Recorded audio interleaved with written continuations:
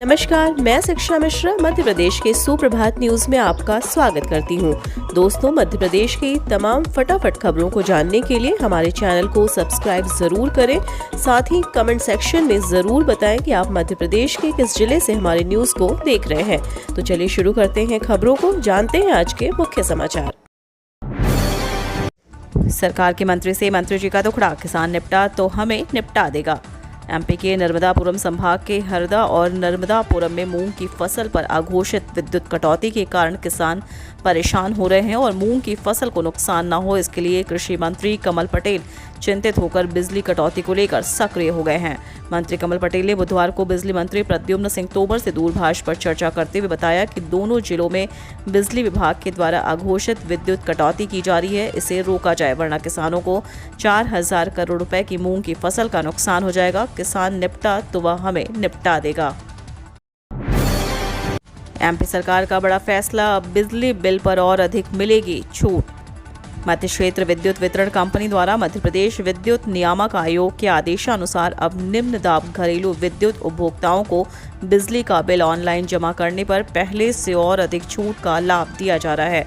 इस संबंध में कंपनी ने मैदानी अधिकारियों को निर्देश जारी कर दिए हैं।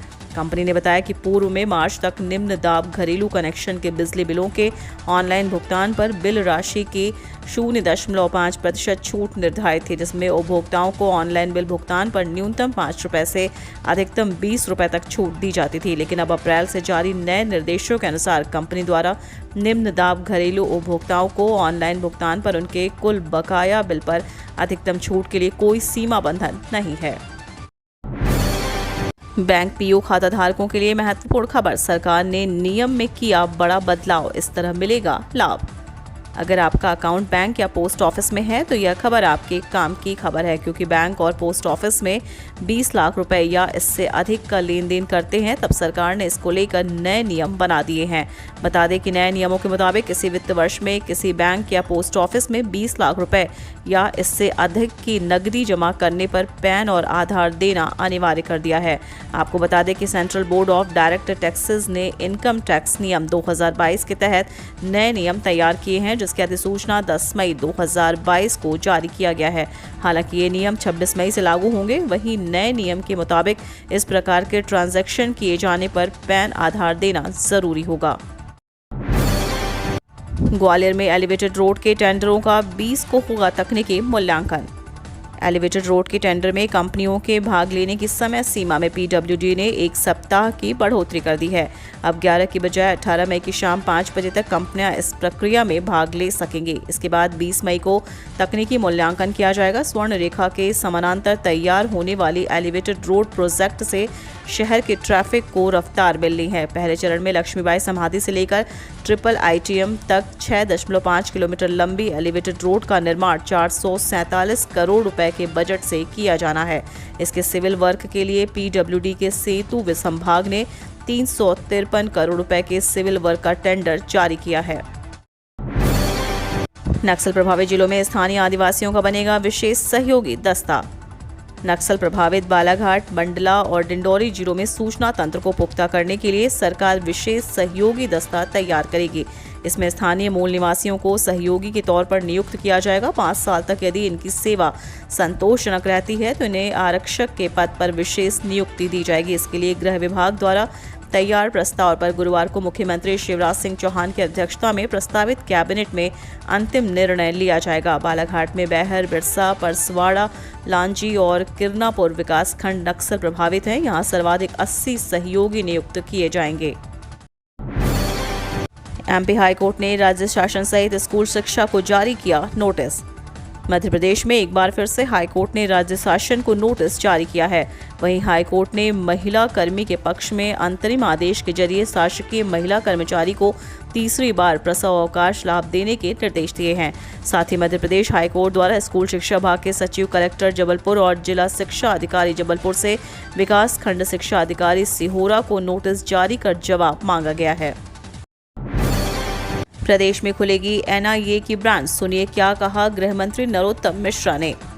मध्य प्रदेश की शांति को भंग करने की कोशिश करने वाले आतंकी संगठनों से अब एनआईए निपटेगी। मध्य प्रदेश के गृह मंत्री डॉक्टर नरोत्तम मिश्रा ने जानकारी देते हुए बताया कि अब जल्द ही मध्य प्रदेश में नेशनल इन्वेस्टिगेशन एजेंसी की ब्रांच खुलेगी।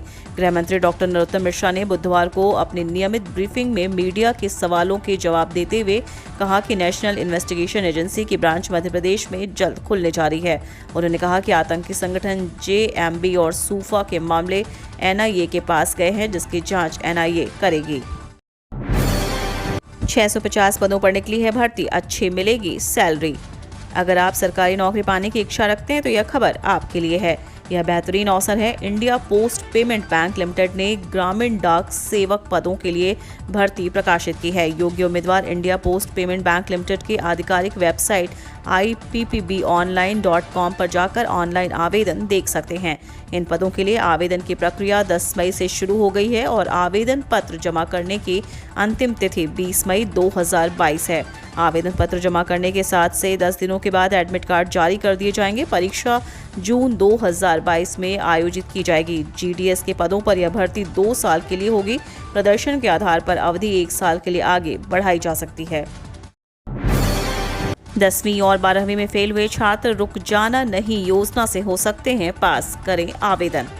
मध्य प्रदेश बोर्ड 10वीं और 12वीं में फेल छात्रों के पास होने का एक और मौका है। रुक जाना नहीं योजना के तहत फेल छात्र परीक्षा देकर पास कर सकते हैं। यह योजना राज्य ओपन बोर्ड की है। रुक जाना नहीं योजना के तहत राज्य ओपन बोर्ड 4 जून से परीक्षाएं आयोजित करने जा रहा है। इसके लिए अभी आवेदन प्रक्रिया चल रही है। फेल हुए स्टूडेंट्स 15 मई तक फॉर्म जमा कर सकते हैं। यह फॉर्म MP ऑनलाइन पोर्टल पर जाकर भरना है।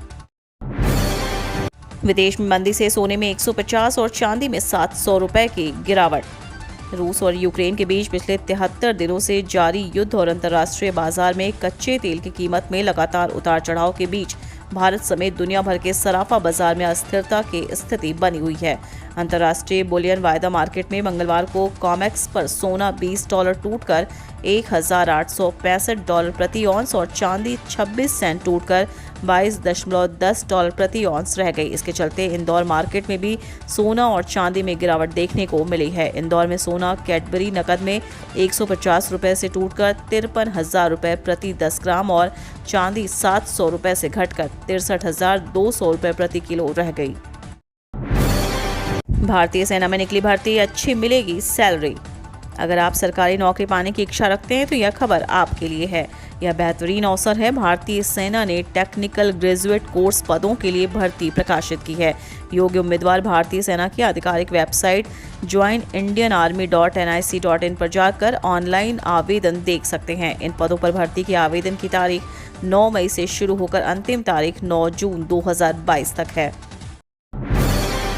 लाखों कर्मचारियों के लिए बड़ी खबर, भत्ते भुगतान पर नई अपडेट।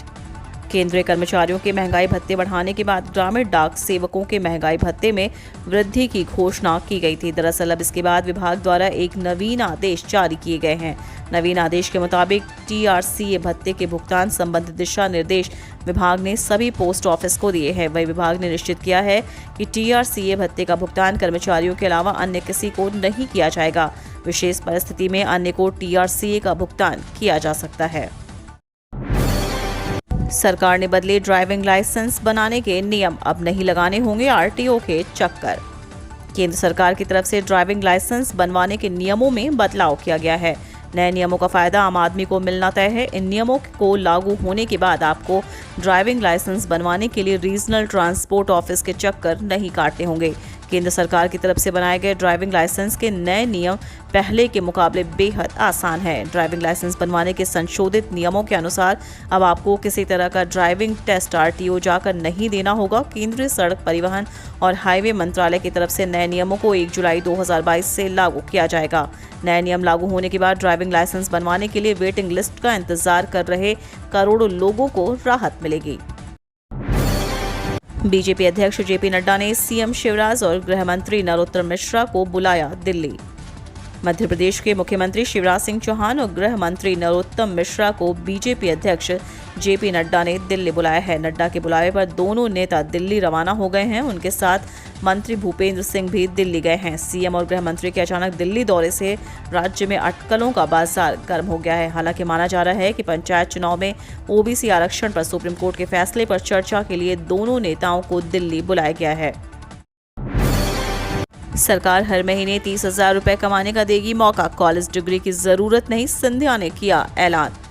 अगर आप नौकरी की तलाश कर रहे हैं और आपके पास कॉलेज की डिग्री नहीं है, फिर भी आप 30,000 तक की सरकारी नौकरी पा सकते हैं। Civil aviation minister Jyotiraditya Scindia ने कहा कि आने वाले सालों में देश को लगभग 1 लाख से ज्यादा ड्रोन पायलट्स की भर्ती करनी होगी। केंद्रीय मंत्रालय देश भर में ड्रोन सर्विस के स्वदेशी मांग को बढ़ावा दे रही है। ऐसे में ड्रोन पायलट्स की बम्पर भर्ती की जरूरत है।